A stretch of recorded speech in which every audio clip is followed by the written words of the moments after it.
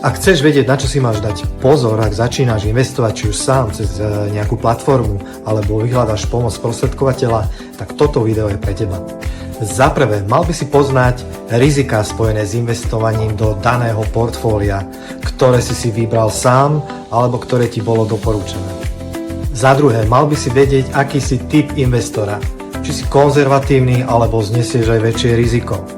Ten odborník s tebou vypracuje rizikový dotazník a určí tvoj rizikový profil. Na základe toho ti vie aj doporučiť správne portfólio.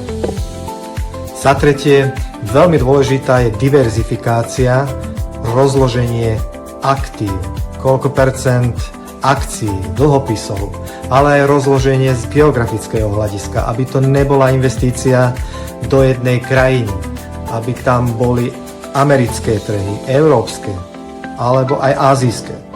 Za štvrté, dôležitým faktorom je aj horizont investovania. Je rozdiel, či investuješ 20-30 rokov. Tu môže byť to portfólio nastavené viac akciové, ako keď ten horizont je menej ako 10, čiže 5 až 10 rokov.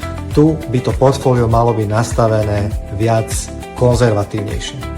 A rada na záver, je lepšie investovať do investičných balíkov, ktoré pripravujú odborníci, portfólio manažéri a tvoj sprostredkovateľ ti vie vybrať pre teba ten správny na základe tých bodov, o ktorých sme sa bavili, ako počúvať rady nejakých samozvaných investičných gurúov, ktorí nemajú ani potrebné vedomosti, ani žiadne certifikáty, ktoré vyžaduje naša legislatíva.